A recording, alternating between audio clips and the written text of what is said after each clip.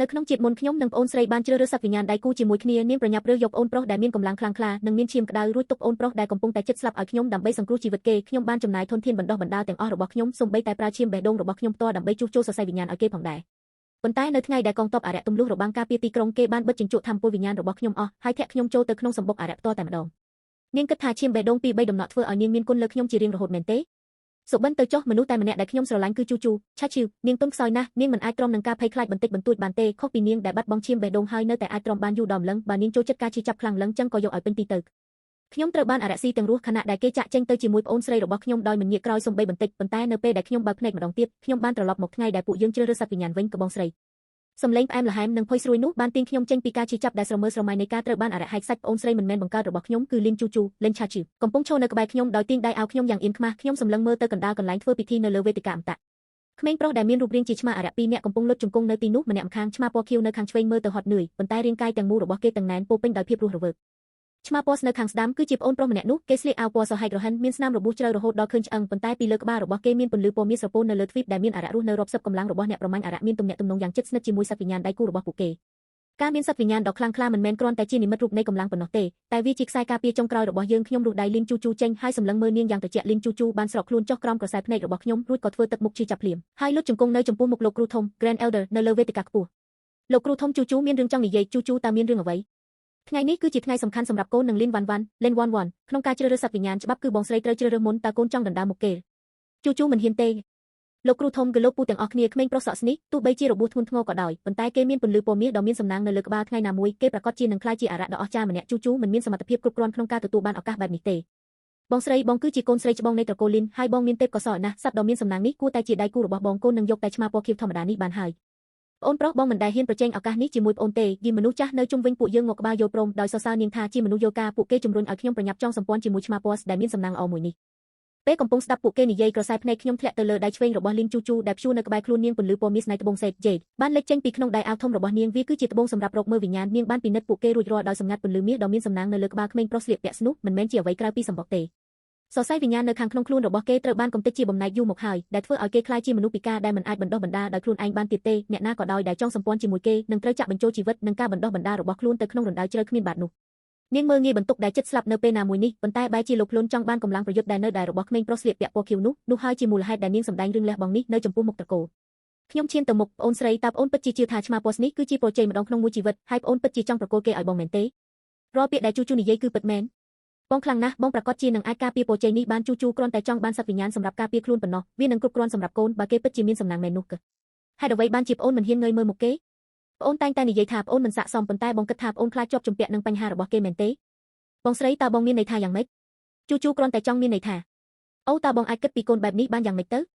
1.1តើនោះជាវិធីនិយាយទៅកាន់ប្អូនស្រីរបស់ខ្លួនមែនទេនាងបានផ្ដល់សត្វដ៏មានសំណាងនោះដោយខ្លួនឯងការមិនចេះដឹងគុណវាជារឿងមួយប៉ុន្តែហេតុអ្វីបានជាត្រូវឈ្លានពានម្លេះលោកគ្រូធំកុំតន់អើប្រដៅខ្ញុំច្បាប់នៅលើវេទិកាអមតៈគឺតែងតែជ្រើសរើសតាមសមត្ថភាពរបស់ខ្លួនមួយនេះសក់ស្របួសធ្ងន់រហូតដល់ដង្ហើមស្ទើរមិនរួចទៅហើយប្អូនស្រីខ្ញុំនិយាយថាគេមានសំណាងប៉ុន្តែអ្វីដែលខ្ញុំឃើញច្បាស់គឺសត្វគ្មានប្រយោជន៍ដែលមានសរសៃវិញ្ញាណខូចខាតក៏សរសៃវិញ្ញាណខូចខាតតើវាអាចទៅរួចដោយរបៀបណាពន្លឺដ៏មានសំណាងនោះមិនអាចคล้ายបានទេលីន 1.1 កុំនិយាយរឿងឥតប្រយោជន៍តើឯងសម្លឹងមើលក្មេងប្រុសឆ្មាពណ៌ខៀវដែលមានសុខភាពល្អហើយរកលេសដើម្បីដណ្ដើមគេពីខ្ញុំមែនទេបើឯងចង់បានឆ្មាពណ៌ខៀវក៏និយាយត្រង់ទៅហេតុអ្វីត្រូវបង្កាច់បង្ខូចសត្វដ៏មានសំណាងនេះខ្ញុំបានលូកដៃទៅចាប់ដៃអាវនាងយ៉ាងខ្លាំងត្បូងរោគវិញ្ញាណពណ៌បៃតងមួយបានធ្លាក់ចេញពីដៃអាវនាងហើយប៉ះនឹងអត្ថពណ៌ស្មុគរបស់លីនជូជូប្រែជាស្លេកស្លាំងភ្លាមប្អូនស្រីប្អូនបានកាន់ត្បូងរោគវិញ្ញាណនោះជាប់ដៃជានិច្ចការពិតអំពីឆ្មាអារក្សទាំងពីរនៅក្នុងកន្លែងធ្វើពិធីនេះប្អូនបានរកឃើញវាអស់ហើយមែនទេប្អូនដឹងថាឆ្មាពណ៌មានសរសៃវិញ្ញាណខូចហើយគេគឺជាចណ្ដើរគ្មានបាតប៉ុន្តែប្អូនបែរជាប្រើរឿងលះបង់នេះដើម្បីរុញគេមកឲ្យបងនៅចំពោះមុខត្រកូលទាំងមូលតើប្អូនចង់ធ្វើអ្វីតើប្អូនចង់ឲ្យឆ្មាពណ៌នេះបិទជញ្ជក់ថាមពលវិញ្ញាណបងហើយធ្វើឲ្យបងក្លាយជាមនុស្សពិការមែនទេកូនមិនបានធ្វើទេកូនមិនបានធ្វើទេលីនជូជូគ្រវីក្បាលយ៉ាងអស់សង្ឃឹមរួចបោះខ្លួនទៅរកលោកគ្រូធំគឺលោកគ្រូធំជូជូពិតជាមិនដឹងអ្វីអំពីសរសៃវិញ្ញាណខូចខាតនោះទេកូនគ្រាន់តែចាប់ត្បូងនេះមកលេងមុនពេលកូនចេញមកប៉ុណ្ណោះកូនមិនដែលប្រើវាទេពីកណ្ដាលកន្លែងធ្វើពិធីក៏មានសំឡេងច្រវាក់គិតគ្នាក្មេងប្រុសស្លៀកពាក់ស្បែកជិតស្លាប់នោះកំពុងអូសជើងដែលហូរឈាមរបស់គេហើយលូនមករកខ្ញុំមួយជំហានម្ដងគេឈប់នៅជើងខ្ញុំហើយព្យាយាមងើបក្បាលឡើងគ្មានភាពងើតងល់នៃការជិតស្លាប់នៅក្នុងភ្នែកទាំងនោះទេផ្ទុយទៅវិញពួកគេមានអារម្មណ៍ស្មុគស្មាញបំផុតបូមាត់ដែលបែករបស់គេរើបន្តិចហើយគេបានហើរយ៉ាងខ្សោយបំផុត 1.1 សង្គ្រោះខ្ញុំផងគេលូកដៃដែលប្រឡាក់ដោយឈាមខ្មៅនោះមកដើម្បីព្យាយាមចាប់ជាសម្ពុតរបស់ខ្ញុំត្រចៀកឆ្មាពណ៌នៅលើក្បាលរបស់គេញ័រតិចដែលធ្វើឲ្យគេមើលទៅគួរឲ្យអាណិតនិងអស់សង្ឃឹម ខ្ញុំសម្លឹងមើលគេដោយភាពត្រជាក់ចាប់ផ្ដើមឡើងនៅក្នុងចិត្តរបស់ខ្ញុំកាលពីជាតិមុននៅពេលពួកយើងជ្រើសរើសសត្វវិញ្ញាណគេពិតជាដេកពាក់កណ្ដាលស្លាប់នៅក្នុងកន្លែងធ្វើពិធីនោះពេញមួយពេលដោយមិនដែលសុំឲ្យខ្ញុំជួយសំបីតែម្ដងប៉ុន្តែឥឡូវនេះគេកំពុងបង្ខំខ្លួនឯងឲ្យលូនមករកខ្ញុំហើយសម្ដែងភាពគួរឲ្យអាណិតយ៉ាងជំនាញមានអ្វីមួយមិនប្រក្រតីតើគេអាចកើតមកវិញដោយមានការចងចាំពីជាតិមុនផងដែរឬតើគេដឹងថាខ្ញុំបានអស់កម្លាំងលះបង់ដើម្បីគេក្នុងជាតិមុនឬដូច្នេះហើយបានជាគេមិនអាចរងចាំដើម្បីតោងជាប់នឹងខ្ញុំម្ដងទៀតដូចជាថង់ឈាមផ្ទាល់ខ្លួនរបស់គេខណៈដែលខ្ញុំកំពុងសិក្សាដោយត្រជាក់ថាហេតុអ្វីបានជាគេសម្ដែងបែបនេះលីងជូជូដែលឈរក្បែរនោះក៏ស្រែកឡើងភ្លាមដូចជាបានរកឃើញខ្សែជីវិតរបស់នាងកបងស្រីមើលចុះ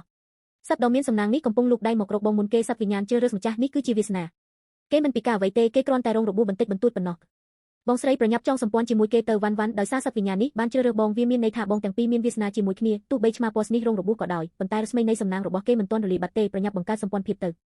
ខ្ញុំសម្លឹងមើលដៃនៅជើងរបស់ខ្ញុំដែលនៅតែព្យាយាមប៉ះនឹងស្បែកជើងរបស់ខ្ញុំបង្កើតសម្ព័ន្ធភាពខ្ញុំបានដកដាវកម្ចាត់អារៈពីចង្កេះគឺវាឈឺណាស់គេកាលពីជាតិមុនមុខមាត់មួយនេះហើយដែលបោកប្រាស់ខ្ញុំយកអ្វីគ្រប់យ៉ាងដែលខ្ញុំមានរួចតបស្នងមកខ្ញុំវិញដោយការឲ្យខ្ញុំត្រូវគេហែកសាច់គឺបងស្រីតើបងរងចាំអ្វីទៀតប្រញាប់បង្កើតសម្ព័ន្ធភាពទៅលីនជូជូជំរុញខ្ញុំដោយក្តីបារម្ភពីជំហៀងក៏ដោយសារប្អូនតែងតែនិយាយថាវាជាវាសនាហើយគេគឺជាពរជ័យដូច្នេះសំណាងដ៏អស្ចារ្យនេះគឺជាកិត្តិយសរបស់ប្អូនដើម្បីរីករាយជាមួយវាបន្តិចម្ដងក៏បងស្រីតើបងមានន័យថាយ៉ាងម៉េចខ្ញុំថយក្រោយមួយជំហានដោយជៀសវាងដៃរបស់ក្មេងប្រុសស្លៀកពាក់ស្នោះដៃរបស់គេចាប់មិនបានអ្វីសោះហើយធ្លាក់ទៅលើឥដ្ឋថ្មភ្លាមនោះគេញើបមុខឡើងដោយមានពន្លឺនៃភាពតក់ស្លុតនៅក្នុងភ្នែករបស់គេហាក់ដូចជាគេមិនអាចជឿថាខ្ញុំបានគេចពីគេលោកគ្រូធំឆ្មាពណ៌នេះកូនមិនចង់បានគេទេគេហួសហេតុពេកហើយពិធីហ្វូយ៉ាវ